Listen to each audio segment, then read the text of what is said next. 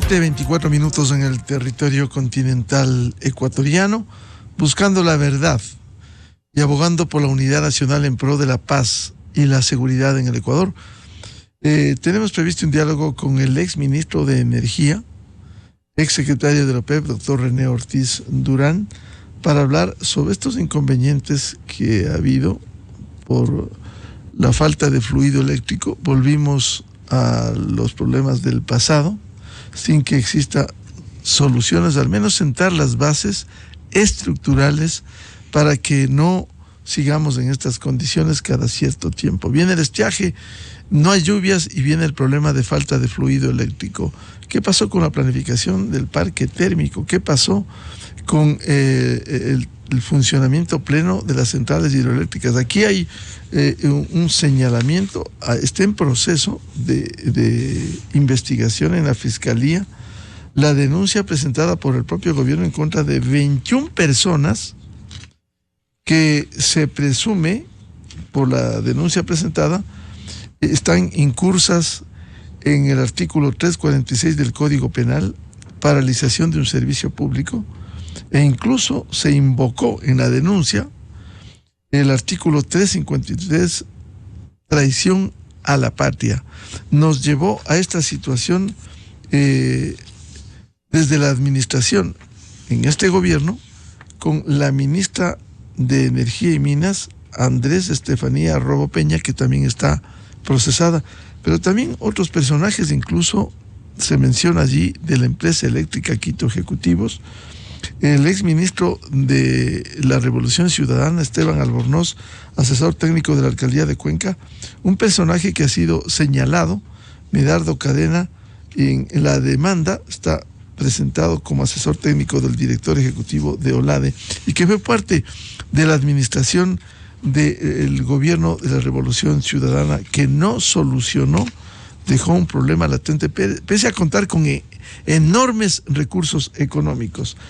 El último tema tiene que ver con el anuncio, la noche de este domingo, de la reconexión de los sistemas colombiano y ecuatoriano. No implica que nos van a entregar energía, pero sí, por lo menos, reconectar los sistemas que fueron dispuestos el corte, la sospecha política de la acción del presidente de Colombia, Gustavo Petro.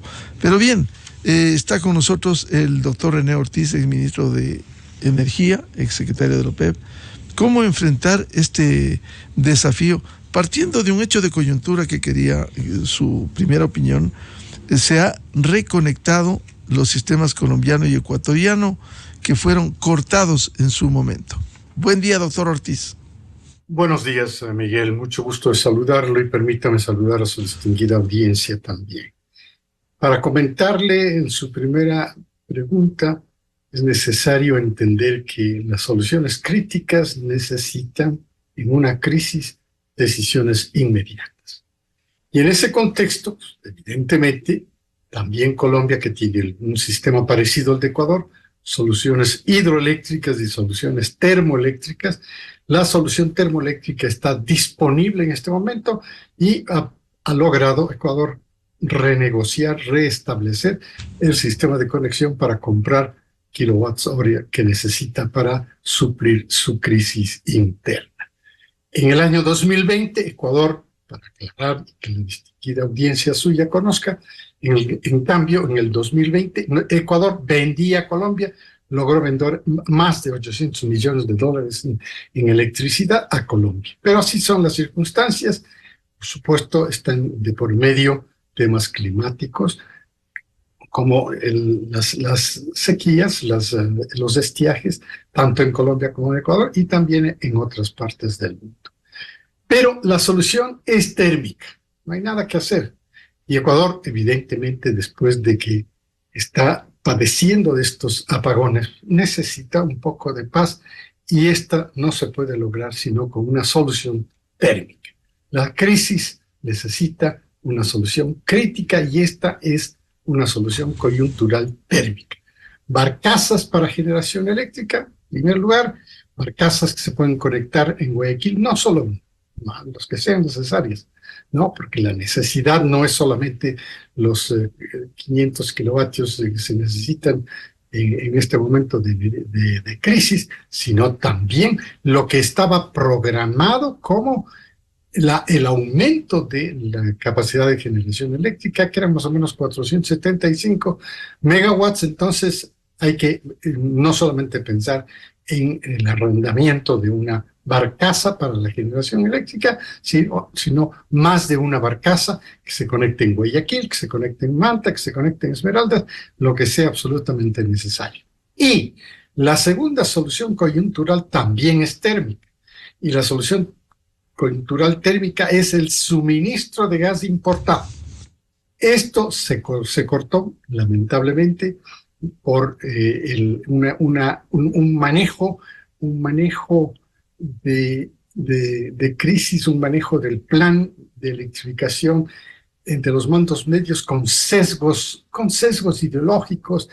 El estatismo estaba predominando. Se perdió una inversión de más o menos 700 millones de dólares en precisamente el abastecimiento de gas natural importado, con soluciones muy, muy importantes, no solamente para generación eléctrica, sino también para generación eléctrica que se vende al Sistema Nacional Interconectado, sino también soluciones térmicas con generación de gas, de electricidad a base de gas natural, para soluciones industriales como las cementeras que utilizan fuel oil o diesel oil, y también para las cerámicas, principalmente en la provincia de La Suay, que utilizan también generación en base a la utilización de diésel o gas natural. Entonces, el suministro de gas natural era absolutamente importante. En el 2020 hay que superar el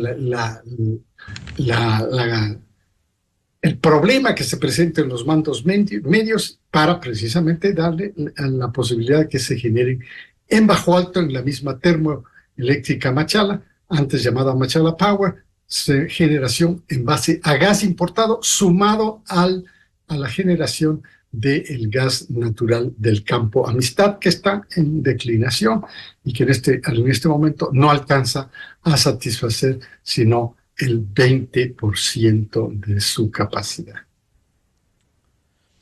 Doctor René Ortiz, si la solución es técnica térmica, ¿no? Sí, térmica. Y técnica, sí, por supuesto, Miguel, perdona la interrupción. Técnica y térmica. Así es. ¿Y por qué no se agilizan procesos? Por un lado, para la contratación de las barcazas, y por otro, dentro de esta solución técnica y térmica, ¿por qué no se reactivan el parque térmico? El parque térmico es un parque térmico viejo. Definitivamente es obsoleto y definitivamente una parte de la solución es también esa, pues, la coyuntura, todo el que pueda aportar unos kilovatios, bienvenido. Ese debería ser el criterio.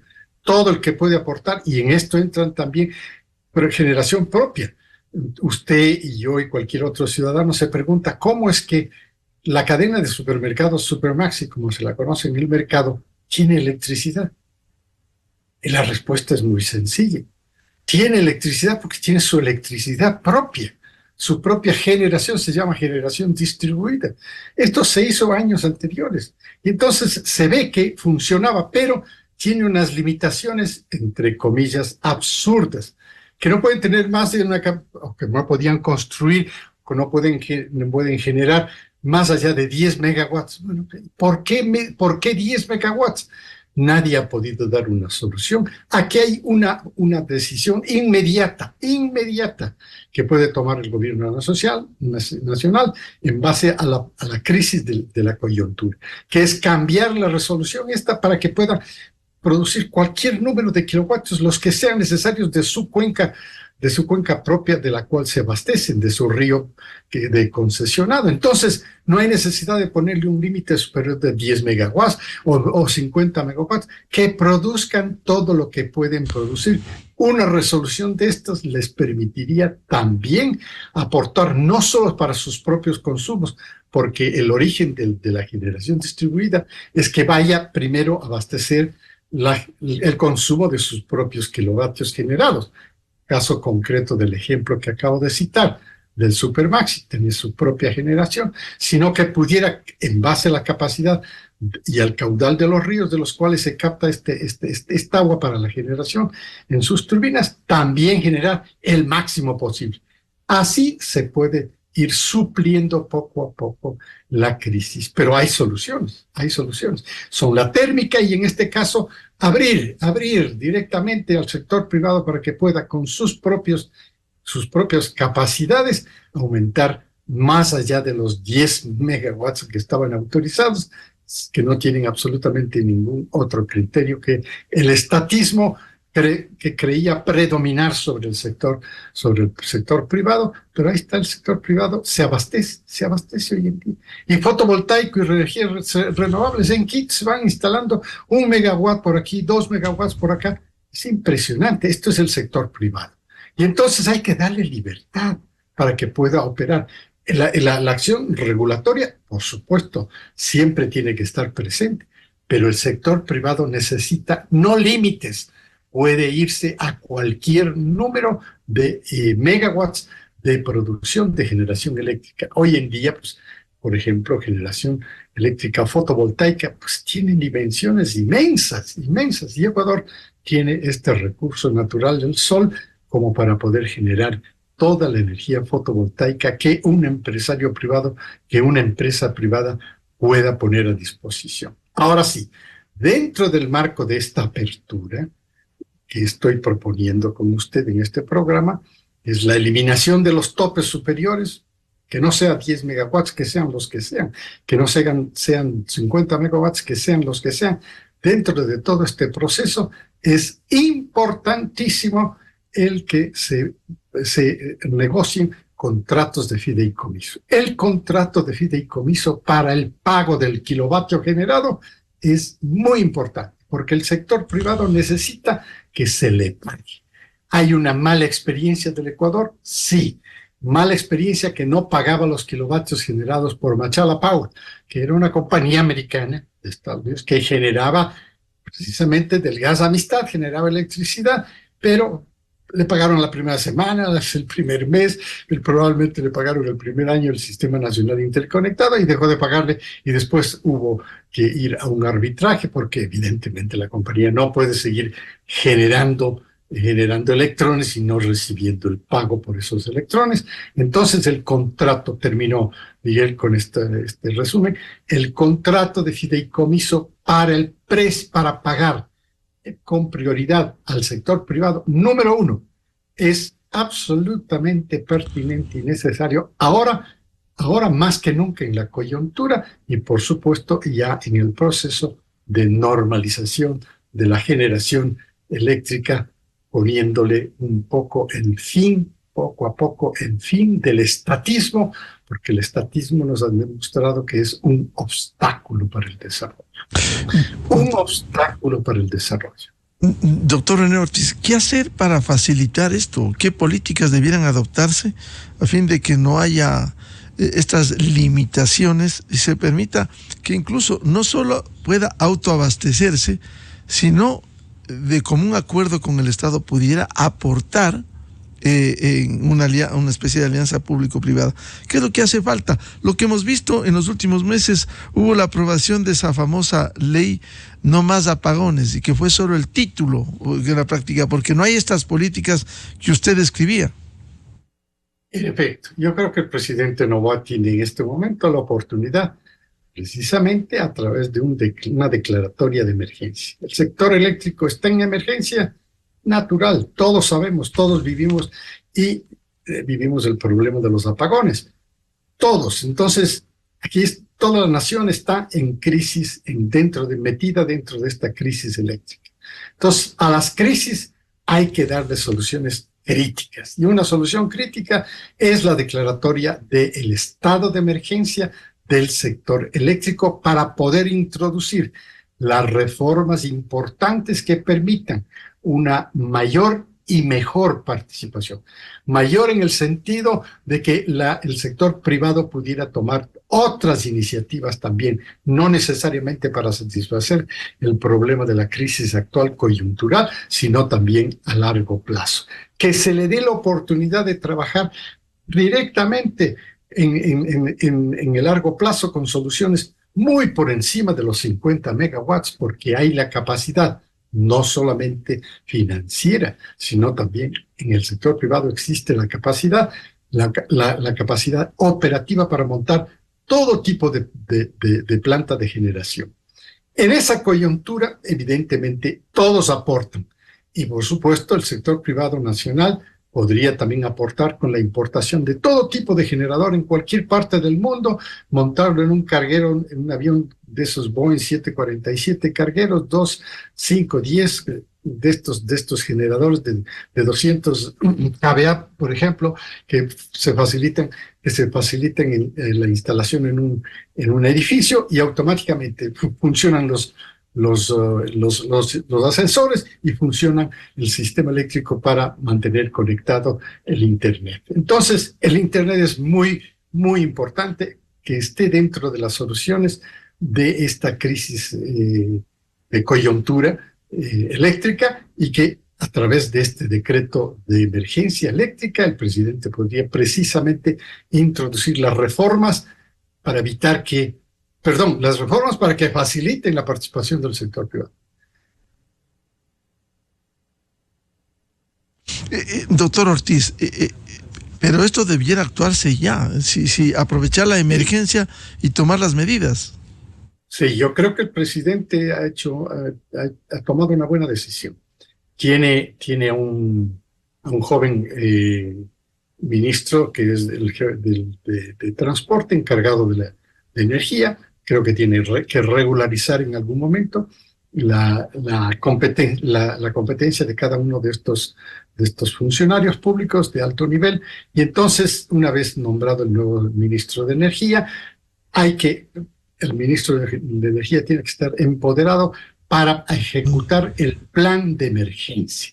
Él puede convocar a formar cualquier tipo de comisión de emergencia, precisamente para que le apoye con asesoría, que puede ser tomada como una iniciativa interesante, porque estamos viviendo la crisis. Y el decreto ejecutivo, repito, es para evitar que el sector privado no participe, ¿no? Entonces hay que evitar y hay que promover que participe. Entonces, yo pienso que en esta semana debería tomarse esa decisión. He oído varias iniciativas del nuevo ministro o del ministro que esté encargado.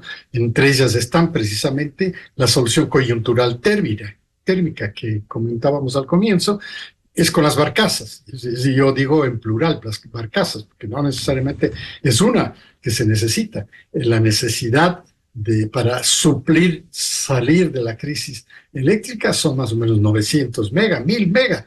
Entonces, con una barcaza no se soluciona el problema.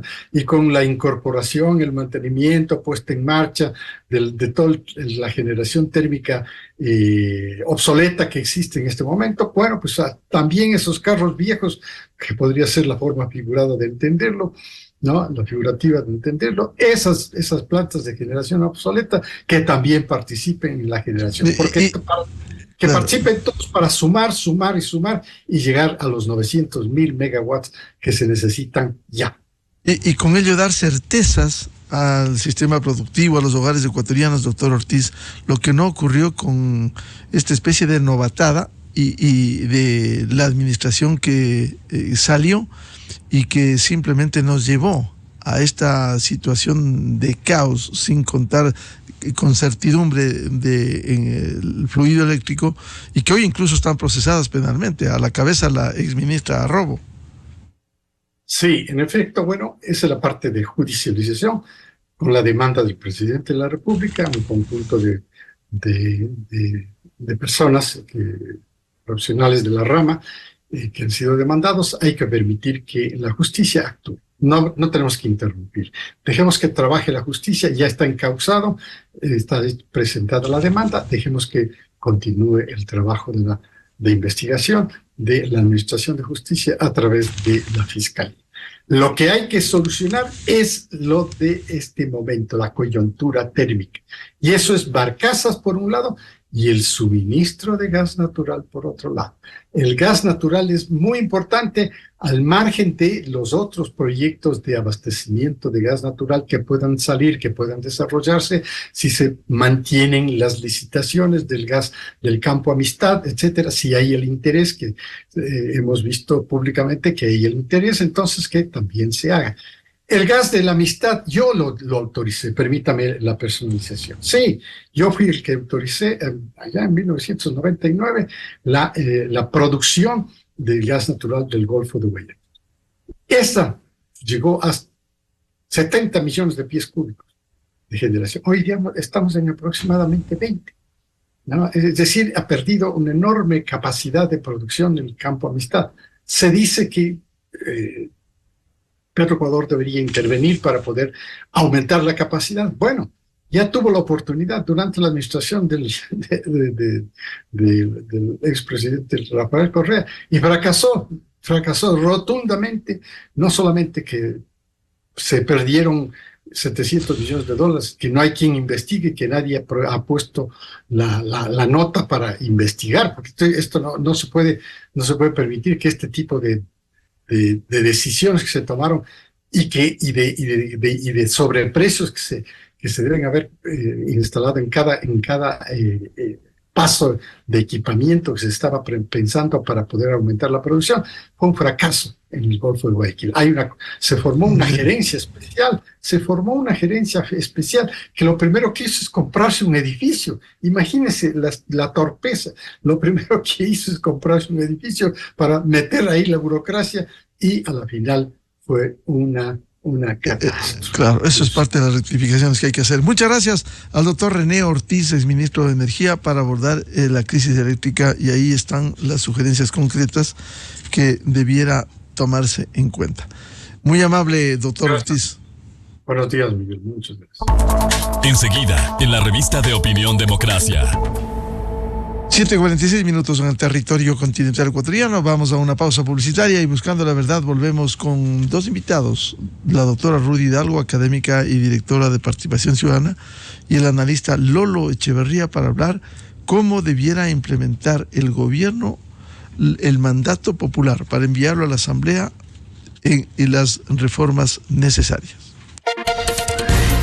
Desde 1984 con Gonzalo Rosero. La revista de Opinión Democracia. Siempre líderes, siempre confiables. Enseguida regresa Miguel Rivadeneira a la búsqueda de la verdad. Inicio de espacio promocional y publicitario. Soy Polo Vaquerizo. Y si alguien sabe de negocios, ese soy yo. Por eso te recomiendo que con estas utilidades hagas negocio con Jack. Porque si en abril subió el IVA, nosotros